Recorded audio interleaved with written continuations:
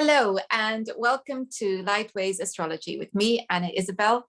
And yes, I am excited yet again, very excited because I have Marcos Patchett with me today. And the reason it's so exciting is because he is combining my two of my great loves, astrology and herbalism. So Marcos, welcome. Hello, thank you, Anna. Thank you for inviting me. It's brilliant. Good to be here. So tell us a little bit about what you actually do. How do you combine astrology and herbalism? Okay. So practically, it's quite. I was going to say it's easy, but that would be untrue. But it's in terms of how you combine the two. That's pretty simple. So I always describe it as a Venn diagram approach. So you've got your herbal medicine, and then you've got your astrology, and whatever goes in the middle is what I treat somebody with. So how that works in practice is I will typically have somebody as a patient, a herbal client, and take a consultation, or I'll take their medical history, and then I'd go away and come to a working diagnosis and already have a fairly good idea of what sorts of herbs I want to use and whatever. And then if I'm using astrology, which I do for most of my clients, but for some, they're obviously paying me to use astrology, in which case I'll use the astrology and type it all up. In other cases, they're not. So if they're not, I will just have a look at the astrology on the side, but I won't go to town on it. Do you know what I mean? So, but the astrology in this case, I won't normally use a client's birth chart. I'll normally just use the consultation chart, which is the time of the consultation.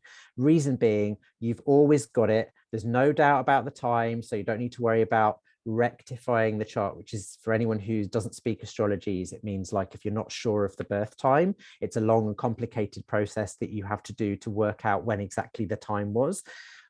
So that takes time. So if you've got a consultation chart, you can just use that. If it's a client who's actually paying me to do the astrology, then sometimes they'll have an alternative chart, like the chart of the time they got admitted to hospital, or the chart of a time when they received a treatment or something, which I would use in preference because it's like an earlier stage in that process. So the principle in astrology is you can use a chart of any significant moment in a process. So in terms of humans, if we could get the chart of people's conception, because that would be the very first chart of that person, you would, but it's not available for obvious reasons for most people. So we use the birth chart. And then if you don't have a birth chart, you can use a chart of a significant event, like the day they first start school, to tell you what their school is going to be like, or the day of their wedding, the day and time of their wedding, to tell you what that marriage is going to be like, and so on. But obviously, the further along the track you are, the more limited that chart is in scope so anyway, this is getting well off track, but the point is I'll usually use a consultation chart or a chart of that illness, and then I'll do a bit of work with that chart to try and from that chart, I'll usually try and extract some information about the sort of humoral diagnosis, like the medieval diagnosis. Is there an excess of choler or phlegm or melancholy or blood? Now, this may all seem a bit mad to modern people because it's like, why would you use that? Because it's actually quite useful empirically in terms of selecting treatments. So if somebody's got an excess of choler or heat, then you would select plants that are cooling and that were traditionally cool and moist, or phlegmatic, or which were choleretic, which purged heat. So there's a really practical reason for that. I'd also use the astrology to try and get some sort of prognosis, to like see where things are going. And that's really helpful because I can say to a client, I can manage expectations a little bit. I don't treat it as like set in stone, but I treat it in terms of, if this says this is going to be a bit more difficult and may take a bit more time, if it says there may be some problems with the medicine, or then I can say to them, okay, this looks like it might take a few months, and please let me know if there are any problems with the prescription. It may take a few goes to get it right. If on the other hand, the chart says to me that the medicine's going to be like bang on the money, it's going to work perfectly, and it's going to be a quick fix, I can say to them, okay, I'm expecting this to take a few weeks, and that's really helpful. And then I can use it to help select herbs for the prescription, which I'm sure we'll get into. But the way that works, like I say, it's a Venn diagram. So after I've done my herbal thinking, I'll do the astrology, and then what lies in the middle is what I'll use. So if it's so I'm not giving anything that's either just herbal and biomedical are not endorsed by the astrology, but I'm also just not going out fully on an astrological limb and just giving some plant only because it's endorsed by the astrology when there isn't any traditional use or pharmacology to back it up. It has to be in the middle. I feel like you've been put some sort of time capsule from the past and brought into the 21st century. And I love it because essentially what you're talking about is using the consultation chart or the traditional decumpature chart. And that fills me with huge excitement to know that there's somebody still practicing using this. Okay, thank you, Anna. I can't take credit for that in the sense that there are some other herbalists still doing that, and that the herbalist who inspired me to do this, he's still at large in the world. He's Graham Tobin, who wrote Culpeper's Medicine, and he's I know a few herbalists who then got into astrology, but I don't know that many astrologers, present company accepted, who then migrated into herbal medicine. Graham's one of that rare breed. He's sort of like from the astrology side of the fence, who then got into herbal medicine. So he wrote an amazing book, which I would urge all your viewers and listeners to purchase, called Culpeper's Medicine, which is about Nicholas Culpeper, the sort of apothecary astrologer of the 17th century. He was a total maverick, brilliant, translated the London Pharmacopoeia into English, into the vernacular. So he made it available to the people with sarcastic commentary, and earned himself the permanent opprobrium of the London Physicians Guild, because he just like completely crapped all over the profession. He like put little asides in it, like, this receipt is more useful for enriching gentlemen and lining their pockets than it is, but just like properly. So brilliant. He's like all-time hero. But he was as many physicians of the time were. He trained as a physician, but his story is in Graham's book. The biography's in Graham's book, but he trained as a physician, and he was doing his degree at the time, and he met a lady who he fell in love with, and they eloped. And then she was struck by lightning and died. And this is like, he has Venus in Scorpio conjunct Uranus at the top of his chart, for anyone who speaks astrologies. But anyway, it's like, because of that, it disrupted his studies. So obviously he was in bits, and he went and lived with his uncle, who's an apothecary, and trained as an apothecary. So he actually part trained as a physician, didn't complete the training, went on to become an apothecary, and then became super famous because he wrote these sort of astrological books, and the Culpeper's Herbal, the English Physician, which is still in print today. And yeah, so Graham's book's about him, but then it's also about how astrology was used with medicine for thousands of years, and how it was used by Culpeper. And I was doing my herbal degree when I came across that book in the library, and I read it, and I was like, oh my God, I have to learn astrology. Do you know what I mean? It was just like, it was because it's so clearly laid out. Like, this is part of the history. This was part of our tradition. So that's what got me into it. And then, yeah. Well, I can't, that's just fantastic. It's such an exciting journey that we go on. We never know where it's going to lead us, do we? No. There you were learning herbalism. Now you and then here comes astrology, because of the book that you stumble on. And that's the thing, isn't it? So I have long had an interest in herbalism, but haven't done anything about it. And then along comes, for one of my podcasts, I interview a fabulous herbalist, and I read his book, and it's like, well, of course. Yeah, where has this been all my life? Yeah. Why have I waited so long to explore this? And here you are combining two wonderful disciplines. Oh. So you have the consultation chart, or the decumpature chart, the chart for the moment of the illness, and you have the herbal knowledge.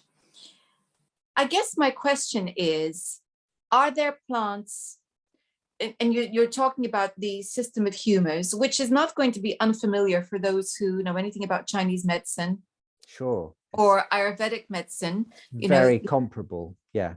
Because it's a system whereby it's a holistic system, and you're looking at cooling the body down, etc., doing whatever, addressing those those issues. So it's kind of survived in other cultures a bit more than, well, a lot more than in our. Yeah. Do you want me to speak to that a moment, Anna? Because I could Yes, say a of couple course. of words about that side by sideness, because that's something that I mean, I have a few little hobby horses I could ride here, but one of them is that I think often I've seen this on sort of Wikipedia and stuff like that, where obviously Wikipedia is sometimes a little bit anti-complementary medicine or anti-whatever because of the sort of bias of its founders and whatever. But okay, fine. I think the humoral medicine, the Western sort of tradition of Greek medicine, often gets disparaged as like purely historically. It's now been superseded. It's now known all to be bunkum and rubbish. And sometimes they'll say similar things about sort of Chinese medicine, traditional Chinese medicine or Ayurveda, but often they have to moderate their tone a little bit more because those are still extant medical traditions with sort of seen as having a venerable history. So you can't slag them off quite as openly. You might give them a bit of side eye, but you're not going to be quite as full on about it. There is a lot of comparison. So just practically speaking, there's the Chinese medicine with its 5 elements, you know, sort of earth, air, water, metal, water, metal. What's the other one? Would. Wood. Thank you, Anna. Yes, wood. Brilliant. And then in your Ayurveda, you've got your sort of 4 elements that combine to the 3 doshas. Was it 5? So the air, ether, fire, and earth and water. Yeah, so there's 5, but again they combine into the doshas.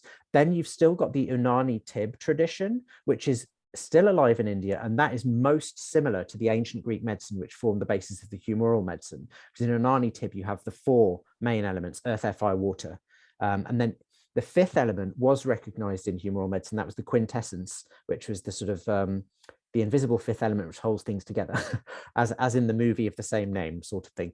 But so the issue is when you actually look into it, it's not this really, because the historical caricature is that it's like they were just going around bleeding people to death, and you know, it was all just really basic and crude and they didn't know what they were doing.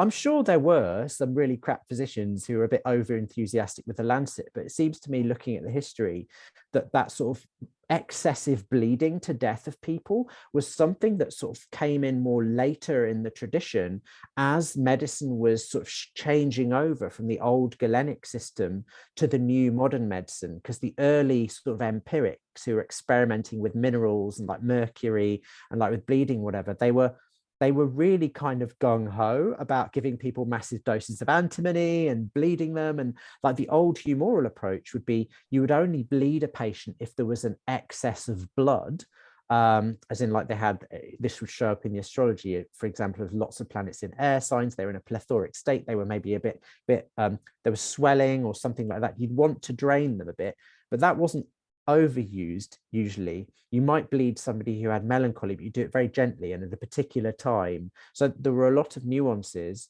and also the systems were, it was just as nuanced as the Chinese and Ayurvedic and Unani Tib systems are, in that, for example, they recognized that different organs could be hot or cold. So the spleen, for example, which in the Western tradition was seen as the seat of melancholy, was naturally cold and dry. And if the spleen got overheated, then it would result in you as a whole, and maybe particularly your brain, being cold and dry, because those melancholy vapors would rise to the brain and give you nightmares and depression and mental disturbance. But the spleen itself would be hot. So it was a lot more nuanced. And my final thing, and then I'll pass it over to you because I know this is a long tangent, was just that I think all of these traditions get badly misunderstood in contemporary in these times, because they're seen as misunderstandings of physiological processes. They're not. They're empirical. They are empirical descriptions of clusters of processes because they're innately holistic.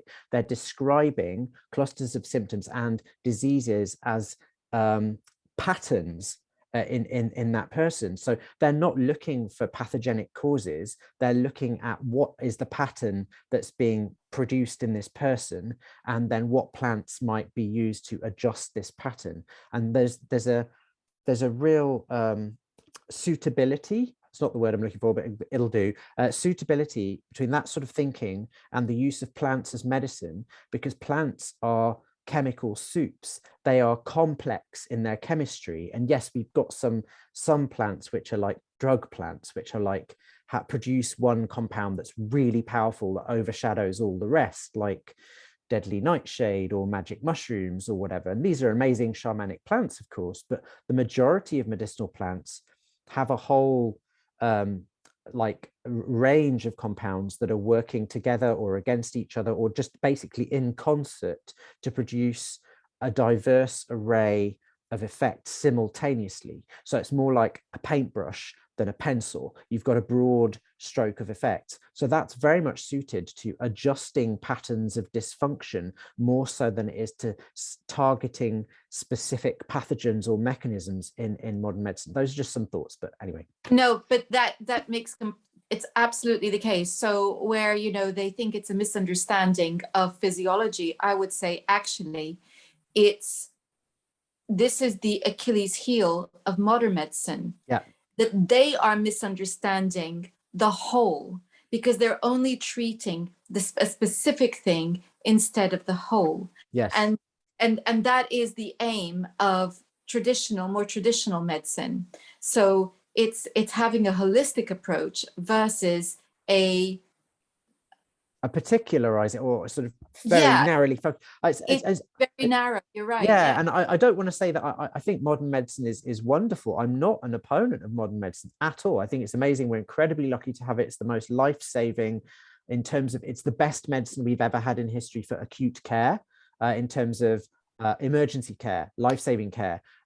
It's fantastic for that, but it really is like an inversion of even the hierarchy of priorities for selecting medicines are inverted. So like for drugs, for example, this was really striking. I can't remember where I read this. This might have been in a book by Stephen Fulder, who wrote a book about ginseng in the 90s. Really good book, but he had this amazing like discussion about this. So I think I've magpied it from him, but he talked about in Chinese medicine, or in many traditional medicine systems, the most highly valued drugs, like in Chinese medicine, they're called kingly drugs, were ones with very low toxicity and a very broad range of applications.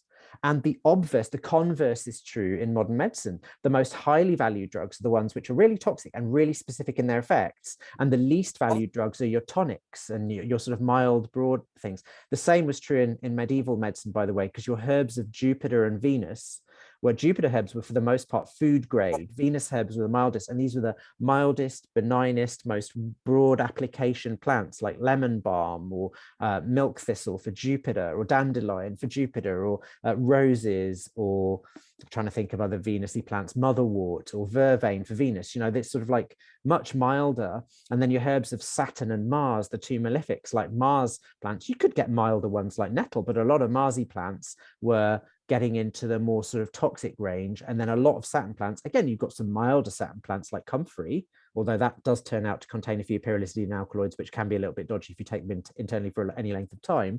But you've got other Saturn plants like aconite or belladonna or henbane, which are very much in the skewed to the toxic end. So the point being, neither of these hierarchies is wrong, but it's just they're that way up because it's what they're aiming to do. Traditional medicine is aiming to restore balance to the functioning of a complex system, and modern medicine is aiming to attack a specific cause of disease and excise it. So you're kind of, because of those different priorities, you end up with completely inverted hierarchies of drug selection and of treatment priority. I was going to ask you about comfrey because traditionally known as knitbone, and I did wonder if it was linked to Saturn, and you just answered that question. Yes, definitely, it's a Saturn plant for sure. Yeah, I did. So you can see then why having that holistic approach would go so well, of course, with astrology, which also is about patterns and, you know, a holistic approach, etc. So it's we're talking about a very, very traditional system. Where do the not so modern planets come in, like Uranus and Neptune and Chiron, etc.? Yeah, that's a really good question, actually, because I think it depends who you talk to. So for me, I do use them, but I don't use them as rulers of signs, just because, well, I have a couple of reasons for that. But the main one would be that I mean, the one reason is that a horary reason. I do horary astrology, and they don't work if you use them as rulers of signs. They just don't work. So, I mean, I use the planets, but I don't use them as rulers.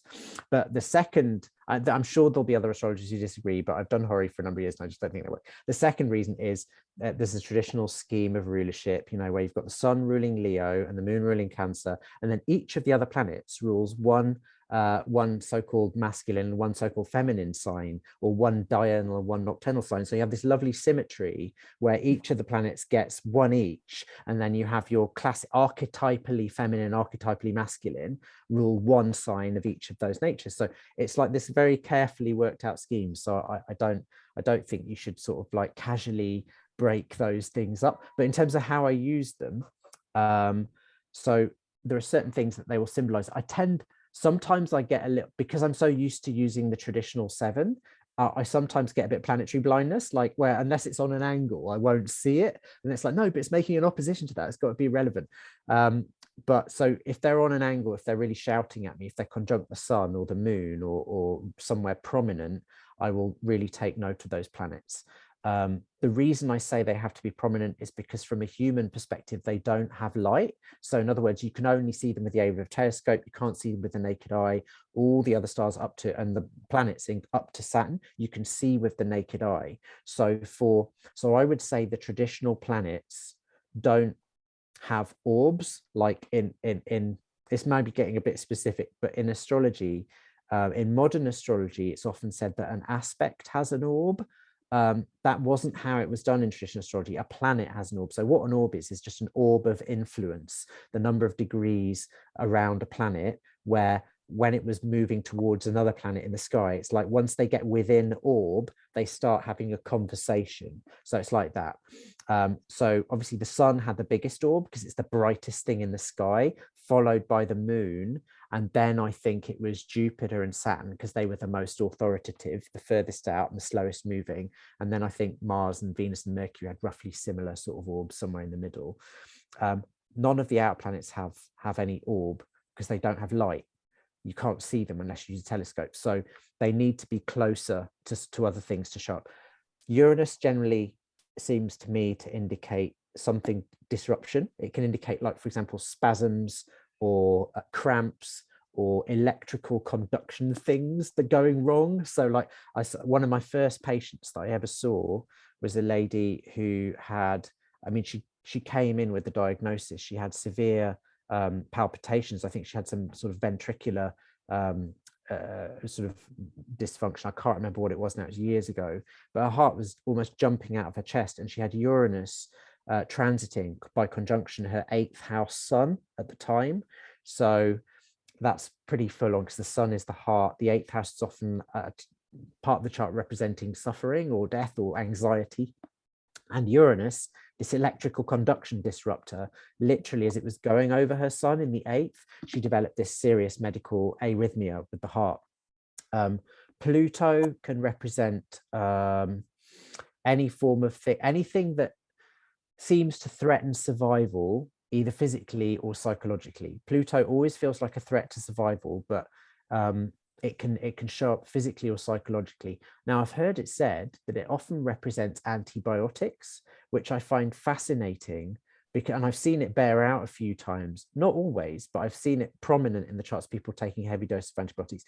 If you think about the origin of antibiotics, that makes sense, because Pluto is the god of the underworld, and antibiotics, for the most part, are extracted from soil bacteria, or from, you know, so it's kind of like, and we now know that by using antibiotics, you actually decimate the microbiome, which is likely to have huge knock-on effects, because as we go on, we're learning more and more and more how intrinsic the microbiome is to our personal health and even to our social interactions, because our microbiome affects our behavior and our mood and our perceptions, and therefore on a knock-on level have an effect on society. So it's almost like by using these Pluto medicines, I have so many ruminations about that. And then the third one, Neptune is often allergies and or drugs.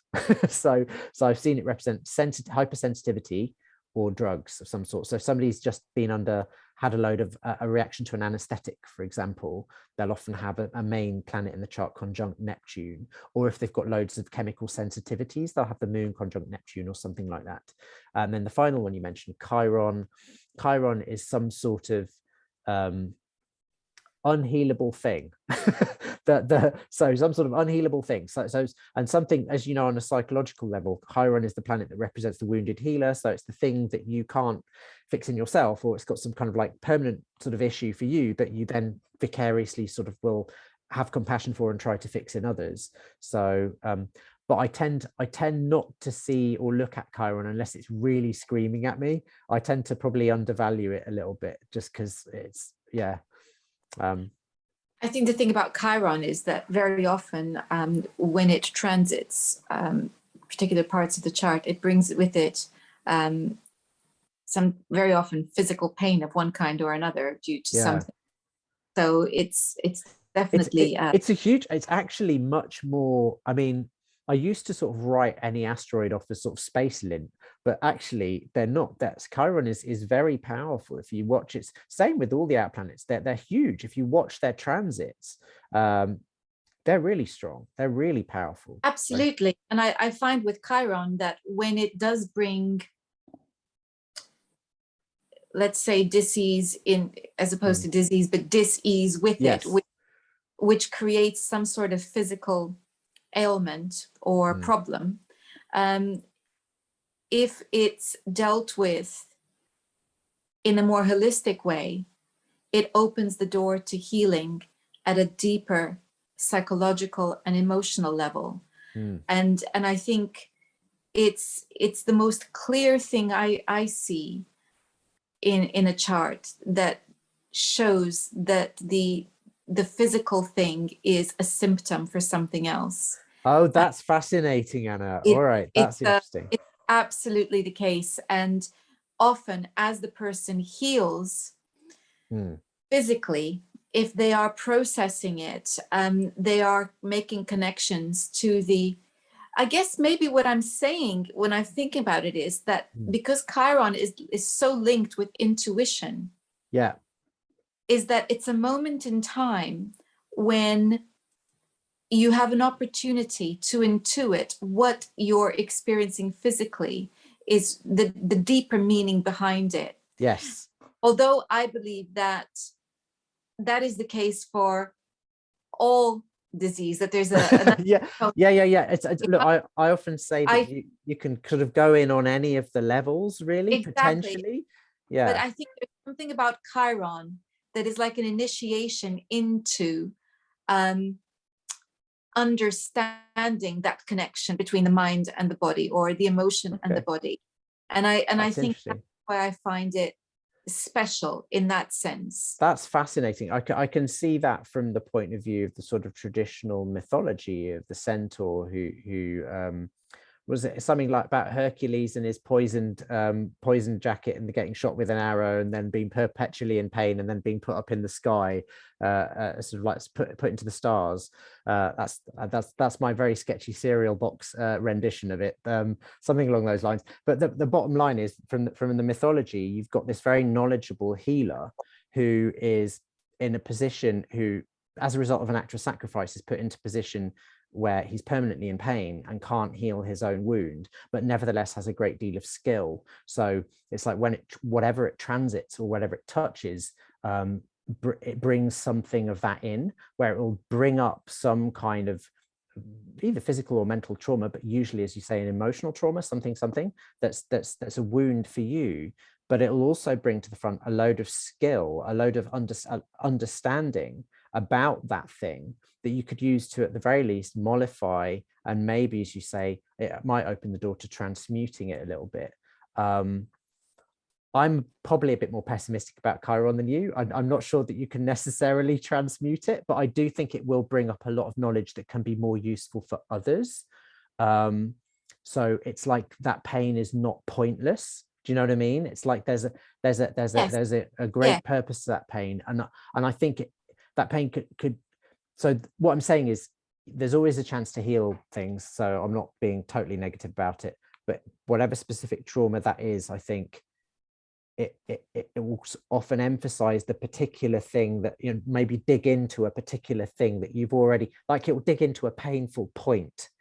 Yeah. But then through that being reignited, through that sort of triggering that Chiron can bring, it can then reconnect you with ways that, with greater empathy, and ways that you could help others and also help yourself to some degree, and that can make you a wiser and better person. Exactly. You know, I am a psychological astrologer. I'm also a clinical hypnotherapist. So I have Okay, lovely. that can indeed be healed, not Okay. necessarily easily. And sometimes it's a process that takes many years and goes through many stages. Nevertheless, it's, yeah, you'd I be suppose, amazed. yeah, that's interesting. I mean, I suppose the end of the myth, that where he gets put into the stars, is kind of a form of healing, right? Because, you know, that's sort of a type of apotheosis in a way. It's sort of It is. transcending. It's also a process of letting go, you know, and I think it's you could say, and I've not really thought about it in this way, but you could say that the moment when he agrees to change places with Prometheus is a moment of accepting that this is his condition, and that by accepting it, he is then released. And I think that there is something about that, in terms of psychological wounds, which is extremely powerful. For instance, if you have an addiction, and the moment in which you understand that you have an addiction and that you are helpless in front of that addiction, and that you then, it brings in a humility that says, okay, I need help because this is bigger. It's taken over my life, taken over me. It's destroying me.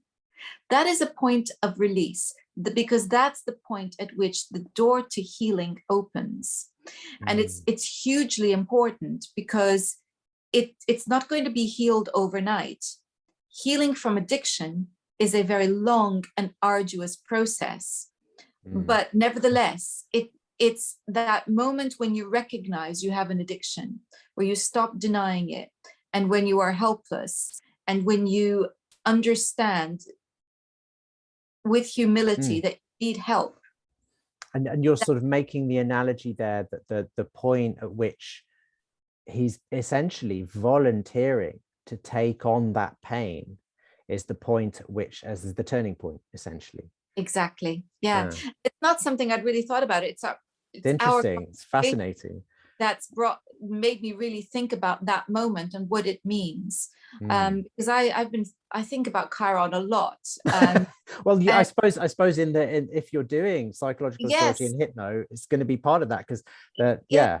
I think about him a lot, but I've been thinking a lot more about him since, because my partner's been going through a Chiron square to Saturn. Right. And okay. to say brought pain. Yeah. Well, I mean, yes. We talked a bit about that before the podcast, but I mean, I've had Chiron transiting my son. My son's at 10 Aries, so for the past year, and oh my God, it's just it's not been easy. But when it was right on the sun, so I think it's moved past it now. It was I was literally getting chest pain, you know, just for that month, and I was like, oh, that's interesting. But natally, I have Chiron is trining my midheaven. My midheaven's 3 Virgo, which is of course very appropriate for a herbalist. And my Chiron's at 3 Taurus, so it's in a tight trine to my midheaven. So that's, yeah, it's interesting that we ended up talking about Chiron. We did. Well, I never know where these conversations are going to go. I think that this is a wonderful introduction to your beautiful art. So if people wanted to get in touch with you, learn more about you and what you do, how do they do that? Okay. Well, it depends. Yes. Well, best way is probably just through my website, which is nocturnalherbalist.com. So that's there's a little bit of bump about what I do on there, and there's just details of the different services that I offer and whatnot. So nocturnalherbalist.com. I've got my own little YouTube channel, which is very small, and I produce one video approximately every 4 months, but it's growing very, very slowly. And that's Nocturnal Herbalist, or The Nocturnal Herbalist on YouTube. And then also my book, The Secret Life of Chocolate. If you're interested in chocolate, I spent a while writing about chocolate, so took me 14 years to do, so I definitely want to promote that. And there's the website for that is The Secret Life of Chocolate, all one word.com. Well, I mean, really, you've written a book about chocolate. I'm just going to have to read that. Thanks, Anne. I can get it if you want. I'll just do a little show and tell, but it's a big chunky doorstop of a book. So. Oh wow. Okay. Well, you are full of wonderful, wonderful knowledge, and I do hope we get the chance to have you back. And I'd love to. This has been really fun. I feel like there's been some interesting sort of little openings we've made today, and I also feel that what you do is kind of like it's like a different angle from the way I approach things, so I find that fascinating. I also think, just from, you are 100%, I think you need to be a herbalist. I feel it. It's I've had the call. Yeah. Had the call, and I'm on it. It's brilliant. So thank you very, very much, Marcos. Thank you, Anna. And thank you all for watching. Next time, we're going to be looking at solar returns. Until then, goodbye. Bye. Thank you.